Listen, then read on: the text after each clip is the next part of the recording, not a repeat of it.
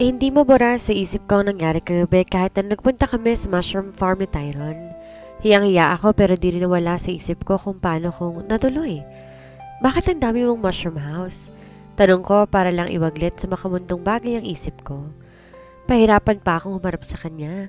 Iniiwasang dumikit kahit manipis na balat ng katawan ko. I grow different kinds of mushroom. Bakit ang layo mo? Come closer. Kunot ang noo ni Tyron habang sinusulyapan ako. Malapit na siya sa pinto ngunit ako 3 lipa ang layo sa kanya. Ayokong lumapit. Getting close to him means hot danger. May katiting pa naman akong matinong pag-iisip. Una ka na. Nakasunod naman ako sa likod mo. Tumikwas ang kilay niya. Nang sinubukan niyang humakbang papalapit, umatras ako. Tumigil si Tyron at nanitig. Di naman kita kakainin sa loob. I am very often to do the wildest thing with you. But I won't do it on public. Hahalikan ngunit hindi ko ipapasok.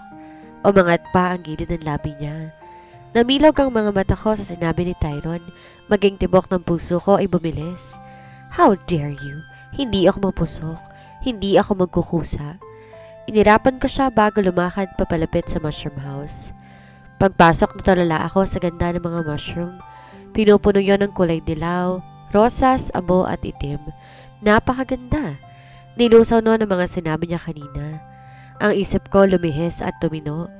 Kung kahapon, pulos puti, ngayon naman makulay. Wow! What kind of mushroom are these? Sa sobrang tuwa ko, hindi ko pinuna ang biglaan niyang pagkakbay. Ramdam ko pang bumaba sa bewang kong kamay niya ngunit di ko alintana. Hinapit niya yun ako ng bahagya. These are oyster mushrooms too, in different colors. Paos ni Tyron na bulong. Natigilan ako. Ba't bang harot niya? Nahirapan akong kumalma ha? Tumikim ako at lumayo. Kinalas ko ang kamay niya sa bewang ko. Ayoko namang dito pa kami magkainan. Charot! Mag-harvest na lang tayo. Iwas ko. Kung di ako iiwas, baka pa umiba ng landas ang kamay niya. Sa mushroom lang dapat dumapo mga yun. Akmang susulong na ako ngunit tigit niya na marahan ang braso ko. Simpleng dikit lang ng kamay niya para na akong lalagnatin. Kanina sa bewang ayos lang. May damit na harang pero ngayong balat sa balat iba na. Sana makapagtiis ako. Baka pa sa sunod na araw ay magkusa nga ako. Bakit pa kasi ang landi ni Tyron? Not that, baby. We'll just tour around. Mula sa braso ko'y dumuosdos ang kamay niya, pababa sa palad ko. Pinagsalikop ang aming mga palad. Umawang ang labi ko at nilingon na magkasalikop naming palad. Pakiramdam ko, dinadaluyan niyo ng kung anong init. Humigpit ang hawak niya bago ko tinangay palakad sa hilera. You know, you don't have to avoid the things that gets near you. Kung may lalapit, wag mong iiwasan. Maingat na paalala ni Tyron. Tumikim ako. Ang lamok kapag lumapit, kakayatin ka. Not all, baby. Sinasaktan ba kita? May vivid memory last night you were on pleasure. Tinakpan ko ang bibig niya gamit ang libreng kamay ko. Tumingkayad pa ako para maiayos yun. Nalalaki ang mga mata kong nakatitig sa kanya habang ang kanya ay namumungay. Kita kong dumaan ng aliw sa mga iyon. Sunod doon ay ang pagkagat niya na marahan sa palad ko. Mabilis ko yun inalis sa bibig niya. Natatakot ako sa klase ng pagkagat na doon. Paano naging sensual? If I come closer, don't step back, baby. Humakbang nga si Tyron at ako naman na natigilan, hindi lumayo. Those who get near you will give you security. Bulong niya. Really? Paano kung batuin kita ng bola, hindi ka iiwas? Sasaluhin ko. Sasaluhin kita. I am willing to catch you sa kahit anong pamang pagkakataon. You're not the varsity. Because I don't mean to play. Hindi kita paglalaroan dahil hindi ka laruan. Natameme ako at walang masagot sa kanya. Bumagsak lang ang tingin ko sa mga magkahugbong naming palad. Humigpit ang hawak kay Tyron doon bago yun binitawan at lumayo. Di ko alam kung saan siya lumusot sa mga hilera.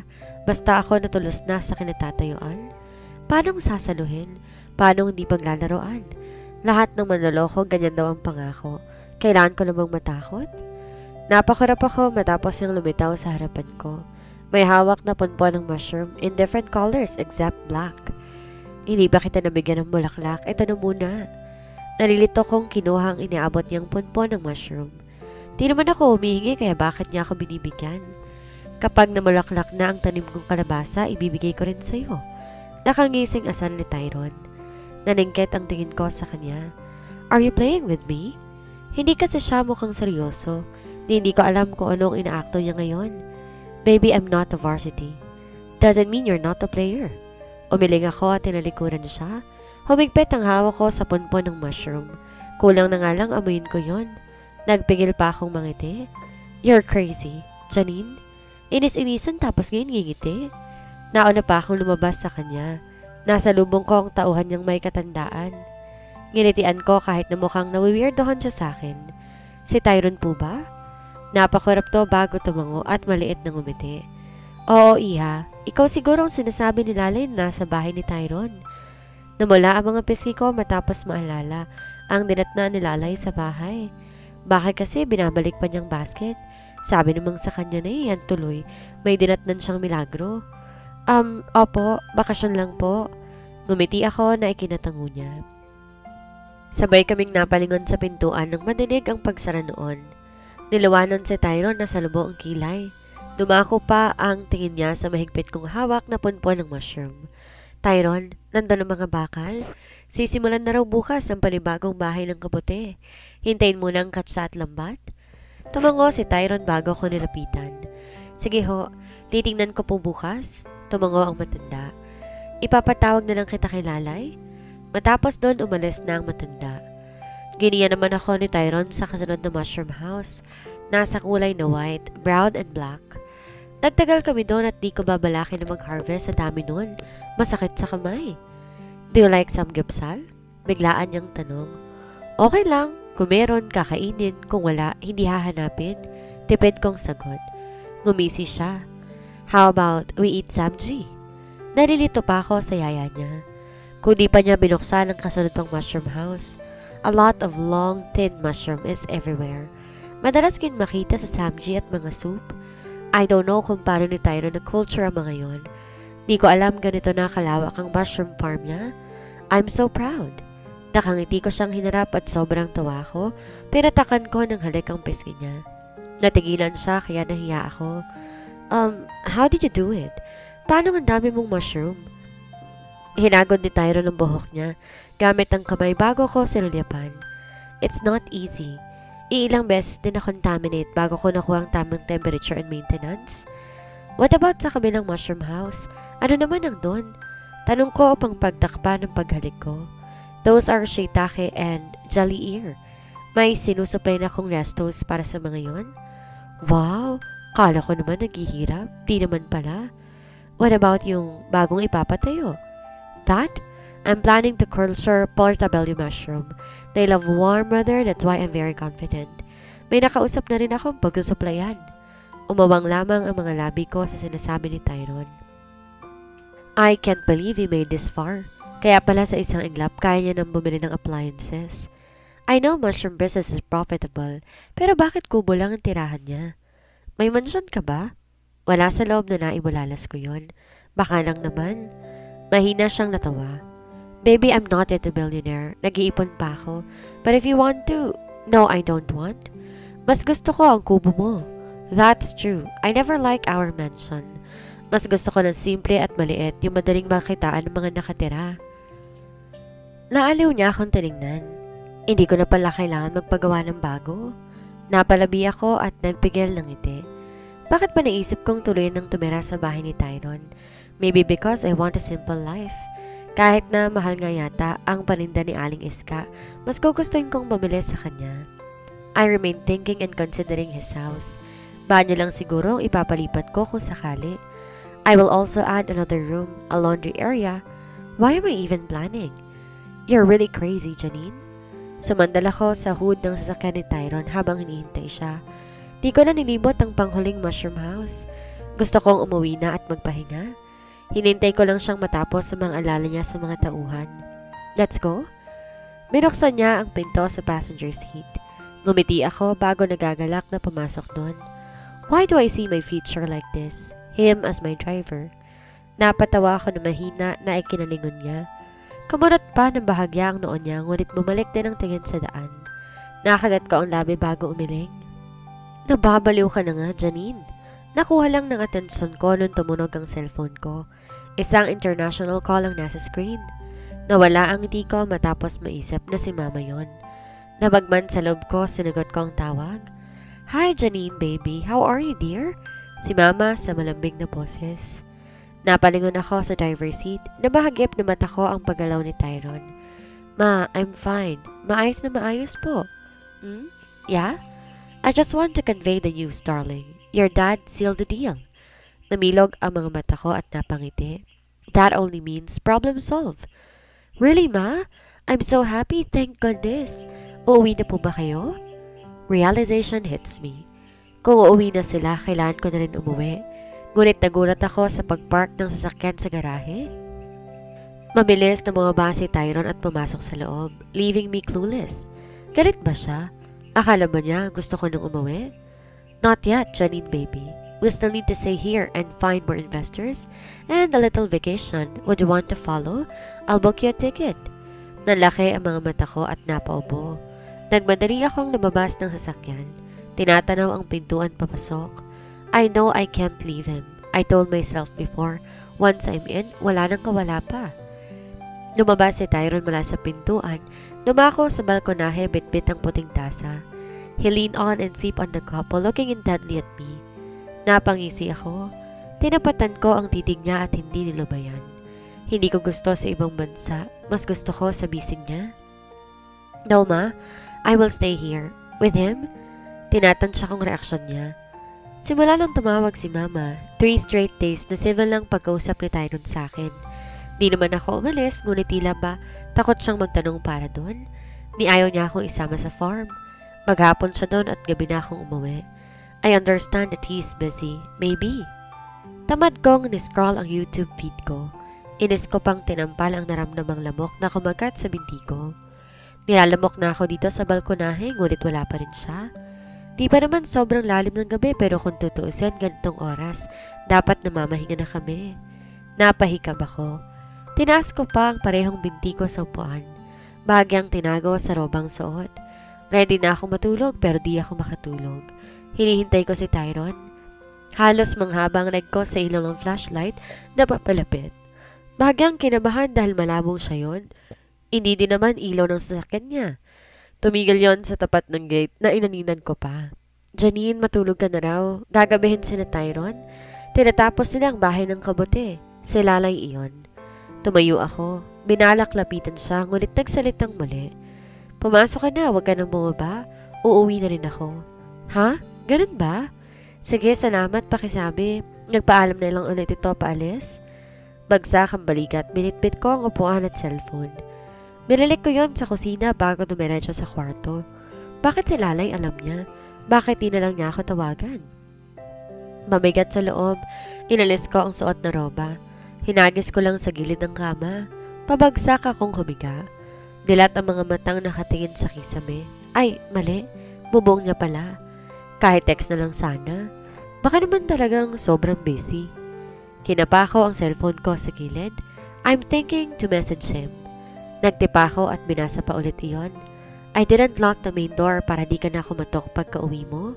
Gumisi ako. Truthfully, hindi ko naman talaga nilock. Kahit ang pinto ng kwarto, hindi ko rin nilock. Wala naman sigurong maliligaw na magnanakaw o masamang loob. Naghintay ako sa reply niya kaso wala. Tumagilid ako na higa paharap sa pinto. Niyakap ko pang isang unan. Sinubukan kong matulog. Hindi nga lang makatulog. Kahit nasa kwarto na ay hinihintay ko pa rin siya. Namilog ang mga mata ko matapos marinig ang ugong ng sasakyan. Natataranta ako at hindi alam kung sasalubungin ko siya. Dinig ko rin ang mga yabag niya papaakyat. Sa huli, niyakap ko na mahigpit ang unan at pumikit. Let's pretend I am asleep. Pinakikinggan ko ang mga yabag niya. Kumabog ang dibdib ko sa paglapit nun. Sunod ay ang pagpihit ng pinto. Pinigilan kong magmulat. I even equal my breathing. Ramdam ko ang titig ni Tyron. Tumatagos iyon sa hubad kong katawan. Ang akala ko lalabas na siya sa sunod niyang mga yabag, ngunit dinig kong binuksan itong electric fan. Halos mapalundag ako sa pagpatong niya ng kumot sa katawan ko. Mabuti na lang napigilan ko ang sarili ko. Umaplos ang kamay niya sa buhok at inayos yon sa aking tenga. Halos gilabutan ako sa dampi ng balat niya sa balat ko. Kung may sakit ako sa puso, baka naninigas na ako ngayon. I am on that depth thinking when I heard him whisper something to my ear. Love. I am not sure kung talagang bumulong nga siya. Ang bilis lang nun at parang hindi naman ganun. Mahina at hangin na lang dumaan sa tenga ko.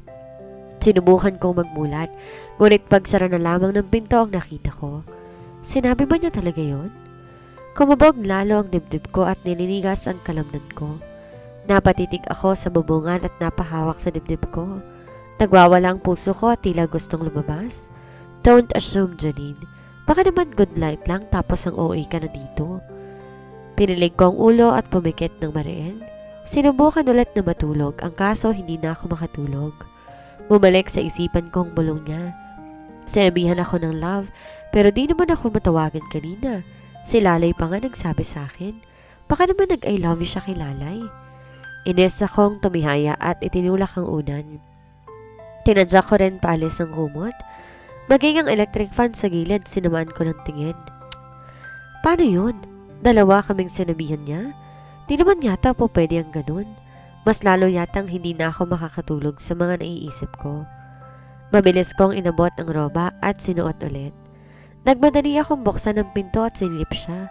Nakaupo si Tyron sa sofa kaharap ang laptop niya. Kumunot ang noo ko sa nakitang ballpen at notebook na hawak niya. Ang nasa screen pa matandang babae. Fetish niya ba? Bakit may notebook? Iniwasan kong dumaan sa likod ng sofa. Lumiko ako sa gilid, diretso ng lakad papuntang harapan niya. Napaangat siya ng tingin sa akin. Malalim ang mata at mukhang inaantok na. Sure, Tyron, you can send it anytime. Mula sa laptop ang boses. Kinunutan ko yon ng noo. Bumalik doon ang tingin niya. Nanggigil ako na hindi ma-focus sa akin ang atensyon niya. Inis kong sinara ang laptop na kinalingon niya sa akin. Kurot noo at may inis. Napairap ako. Inalis ko ang laptop sa mesa at nilagay sa pang-isahang upuan. Paglingon ko sa kanya, nakatitig lamang siya ngunit ang labi nakapirme. I collected all my courage to stand in front of him. Bakit di mo ko tinawagan? Bakit si Lalay pang nagsabi sa akin? Kumalaw ang kilay niya. Umawang na bahaga ang mga labi. Ang tatay niya ang sinabihan ko. Mahinang sagot niya. Kahit na. Sana minessage mo man lang ako. Nagsalubong ang kilay niya at nalilito akong tinitigan. How can I do that? Busy ako. Hindi ako makapagtipa. E di sana tumawag ka. E isang click lang naman sa call button yun na. Umiling siya. I don't understand your sentiments. Matulog ka na. Napamaang ako. Akmang kukunin ni Tyron ang laptop ngunit iwinaksi ko ang kamay niya. Nalingon na lang ako na naguguluhan. Does Lalay pleasure you? Mabilis kong inalis ang buhol ng roba at hinayaan yung mahulog sa lapag. Dumilim ang tingin niya at nagsalubong ang mga kilay. Put that back. Madiin niyang utos. Umiling ako. Umupo ako sa mesa. Tinitigan ko siya at malugod na pinaghiwalay ang mga hita ko sa mismong harapan niya. I want him to see my hole. Baka sakaling mawala si Lalay sa eksena. I spread my legs even more without losing contact to his eyes. Kita ko umigting ang panga niya. Madalim pa akong tinignan. Take me, Tyron.